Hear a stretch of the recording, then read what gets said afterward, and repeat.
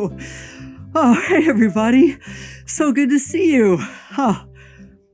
Oh, wow, it's nice and cozy in here, huh? Oh, sorry it took me so long.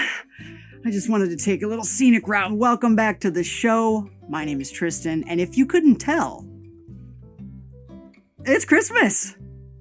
Ha, that's right, it's finally here.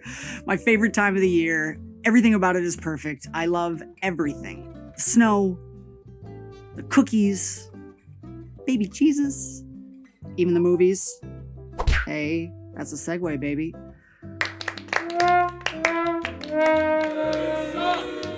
So seeing as how I can't offer up hot chocolate, why don't we warm up with a little movie talk? There were a few new movies that came out recently that I was really excited to see, a few Christmas movies, and a new film from a Mr. David Fincher. So, without further ado, and before the carolers get here, let's dig in. Our first movie is called The Happiest Season. How can you not like the lights and the decorations? This is beautiful. Come with me to my parents' house for Christmas. The plot of The Happiest Season is about a adorable young couple who decide, hey, let's go visit your family for Christmas. It'll be great. Only problem is they're a little conservative and she hasn't told them that she's gay. Merry Christmas. I'm so excited. I can't believe I'm finally going to meet everyone. There's something that we should talk about. Hi! I didn't tell my parents I'm gay. So who do they think I am? This is Harper's orphan friend, Abby. Yes, of course. They're there. You're so brave. I wasn't kidding when I said this young couple was adorable. They established very early on how well these two go together, and it's just so charming. And it's so important in a movie like this to establish how good these characters go together, and they do it really well in this movie. It honestly made me miss being in love, which is saying a lot, okay? Because I'm dead on the inside. That's how good these two are together. Their chemistry is just great. Abby, you and Harper have a perfect relationship. She is my person. You know, it's a classic comedy setup that we've seen before, and it's executed exceptionally well. You know, this movie feels like an old Rob Reiner, Nora Ephron classic rom-com. It's a cinematic slice of life shot really, really well, just like they used to do. And it has that comfortable feeling that you just don't have a lot anymore. That's Harper's high school boyfriend. Do you have a boyfriend, Abby? I actually just went through a breakup. Oh, no. With, Milk, a man. Okay. This cast is exceptional. Every new character that is introduced is another brilliant actor to be introduced into the ensemble. And their chemistry is just off the charts with everybody. Kristen Stewart plays frustrated and patient so well. She's so funny, and you just feel for her this entire movie. And I really gotta say, I'm so impressed with her, how she's grown as an actress and as a person. I love her. Mackenzie Davis is fantastic. Aubrey Plaza is scene stealing. Victor Garber is just wonderful. Everybody down the line is great. But Dan Levy in this movie is like the new comedic go-to voice of this generation, and I couldn't be happier about it. What are you doing on your phone? I left a gentleman alone in my apartment, so I'm tracking him to make sure he leaves. You're tracking him? Yeah, I track everybody. If the NSA can do it, so can I. The way he takes down patriarchal traditions in this is just a riot. I'm gonna ask our dad for his blessing. Way to stick it to the patriarchy. In a cast full of scene stealers, he is the champion. Hi. Are you the ex-boyfriend? Yes, I am Abby's heterosexual ex-boyfriend, and I have come to get her back. Enjoy. Everyone is so charming. You're a little bummed when you find that the family is a little more conservative and a little more gay bashing than you like, which says a lot about the script and the cast. This movie survives on this ensemble and the way it's written. It's hard to hate them. It's hard to be mad at them. They're adorably ignorant. And it's a painfully accurate, like, family dynamic between the characters. And Jane. I have asked you not to do that. No, I didn't listen. Here's the thing. Halfway through this movie, I realized Oh God, this is like trying to have Christmas with the family from Get Out.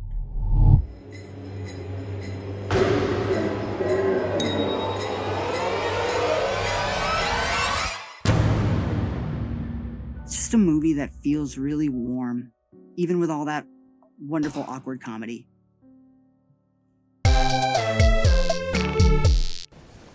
Great party. So it's such an accurate slice of life drama comedy that I found myself really, really connecting with it. It really captures that feeling of somehow being a full-fledged adult and yet feeling like a kid when you're home for the holidays. Sorry about all this mess. Morning, kids. Morning. Honey, I'm headed to the office.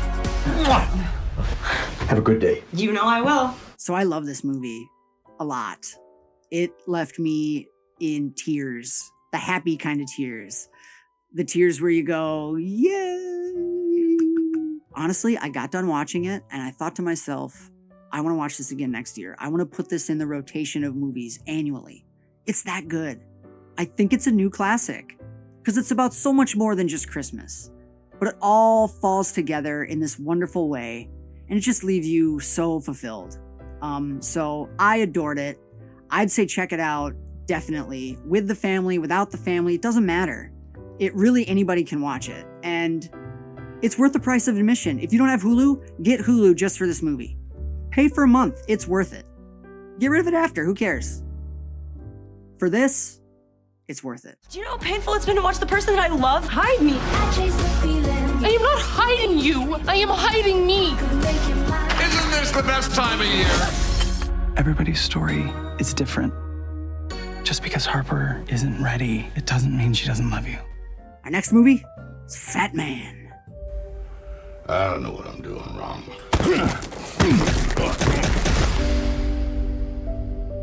I've lost my influence. Maybe it's time I retired the cult. The plot of Fat Man is about Mel Gibson-as-Santa Claus.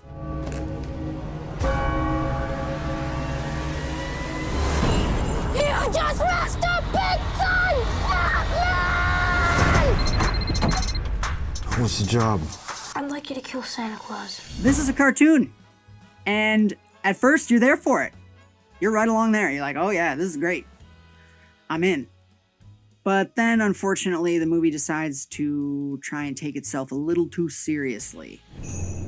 So this is the kind of movie world where the US government can hire Santa and his elves to work on jet fighters. It's a super interesting way to look at the Santa myth, which honestly lends itself to a schlocky action movie. It's a giving that keeps him young. Mel Gibson, I mean, he's an inspired choice to play Santa Claus, isn't he? You would never think of it, but then as soon as someone else mentions it, you go, oh, that's genius. So that's in the movie's favor. I'm a silly fat man in a red suit. I mean, you think it's cute, but this is what people actually think of me. Christmas is a farce. I am a joke. There hasn't been any real spirit of the season anymore. Not for years. Walter Goggins is somehow subtle and chewing scenery at the same time. He's a weird... it's a very strange performance from him in this movie, and I loved it. I've come for your head, fat man! Marianne Jean-Baptiste is just the most adorable cookie-baking Mrs. Claus you've ever seen. Well, they're Mr. and Mrs. Kringle in this. Unfortunately, everyone but the main cast is kind of one note and forgettable, including our main villain, which is a problem. He ends up being quite useless. And he really, really should have been a murderous, sociopathic Richie Rich instead of just a sniveling, snot-nosed punk, which he ends up being. I want the big man's head. Severed heads rot, they mold. They don't want his beard. I'm not shaving off a dead man's beard. And unfortunately, I don't ever want to throw a child under the bus, but the kid is not very good in this movie, which again is a problem if your main villain is the kid. Direction is fine. You know, The person at the helm of this movie did his job.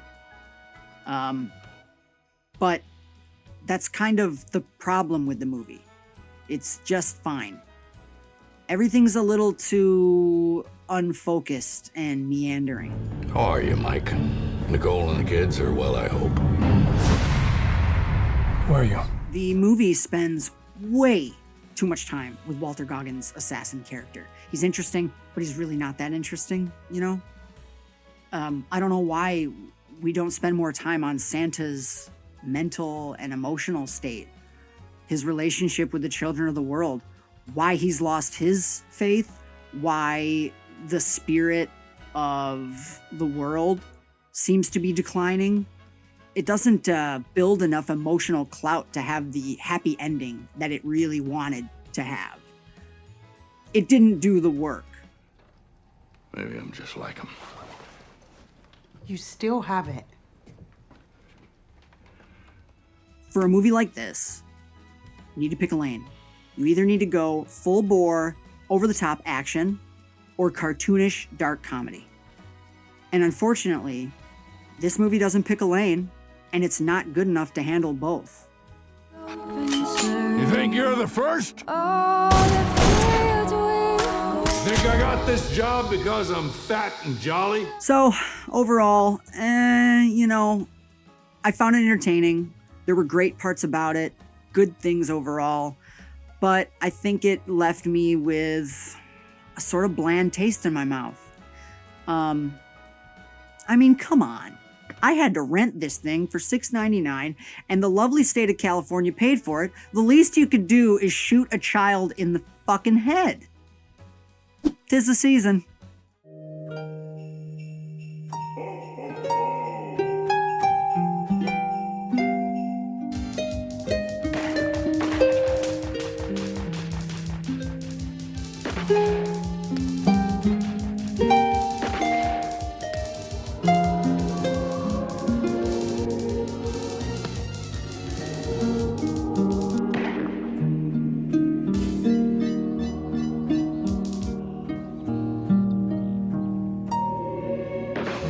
Although, I will give it some points. I mean, if you've ever wanted to watch a movie where Santa gets shot in the fucking skull, this movie's for you, I guess.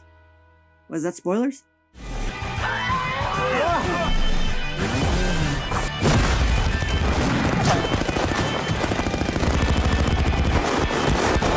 La la la la la la la la la.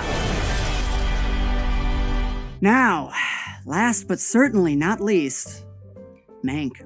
The plot of Mank is about author turned screenwriter Herman Mankiewicz, who is trying to complete his first screenplay. It's a little movie you may have heard of, Citizen Kane.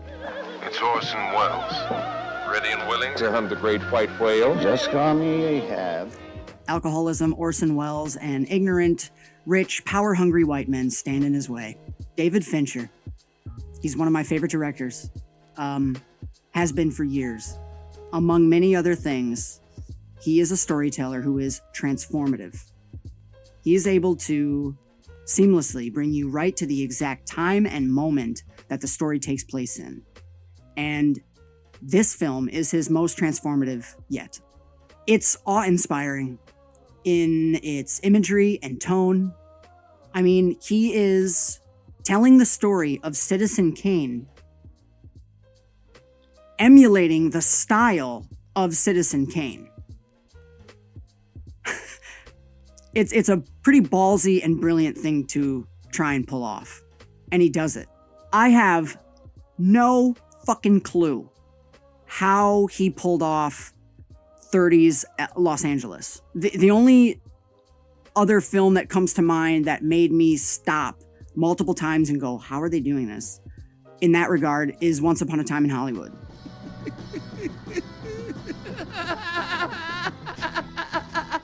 It's a full-blown transformation into 30s golden era cinema. I mean, there is film cutting mistakes left in the final cut, like they were physically cutting film together. There's film burns. You can hear the film in the soundtrack, the grain and the dirt. the audio and dialogue sounds like it was recorded on one of those old school, giant, oversized studio lots where the ceilings went all the way up to the roof so they could get lights and hang lights there. That affected the way dialogue was recorded, and he put it in the sound design. Sometimes the backgrounds are shot in a way that they look like matte paintings or backdrops, even though they're real locations. The cinematography is just perfect. It's perfect.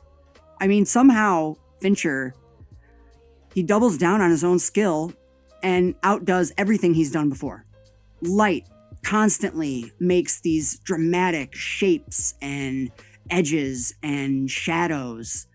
I mean, it says in the beginning of the movie, shot in HDR. You're damn right. I mean, there's every shade of gray, white, and black you can imagine. It is just stunning composition. I mentioned the sound design, but the soundtrack deserves its own special notice because Trent Reznor and Atticus Ross, I mean, they completely take you back in time. You'd think this was like some unearthed soundtrack they found in the vault. You'd never know this was the guy from 9 Inch Nails, honestly. It's a Fincher film, so of course, everyone is cast perfectly. But, you know, we can cut the crap. We're really here for the Gary Oldman show. And man, oh man, does he not disappoint in this movie. He is fucking perfect. He's a wonderful mess of a human.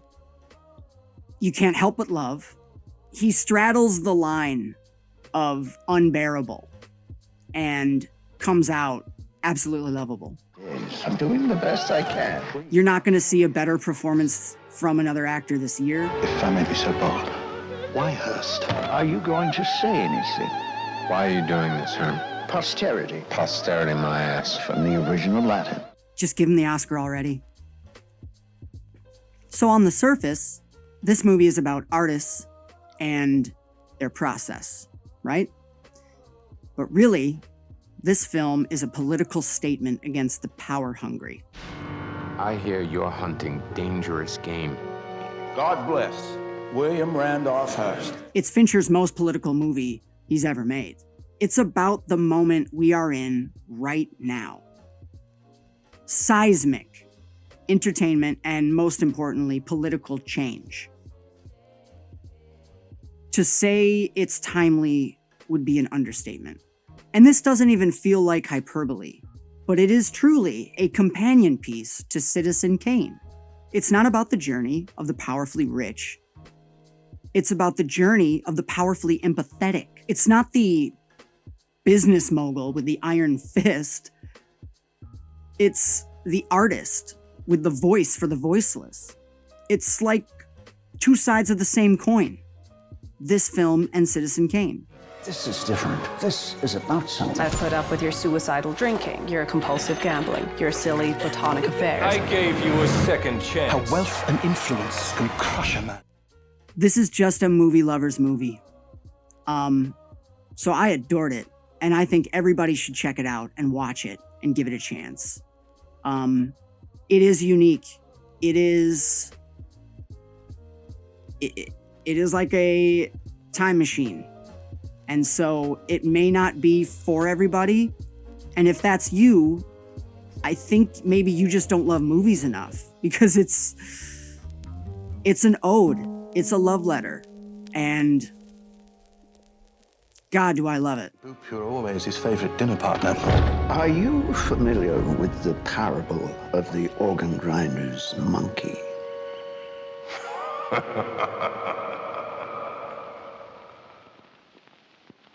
And there you go, guys. Our first Christmas episode is done. Don't worry, it's not going to be our last. We got a lot more fun stuff coming. So like the video, share this video, and subscribe to the channel to stay tuned. And remember, we're almost out of 2020. So be merry, be bright, and I'll see you next week. Oh, that stinks. What is that? Oh, God, it's in my eye. Oh, made in Wuhan.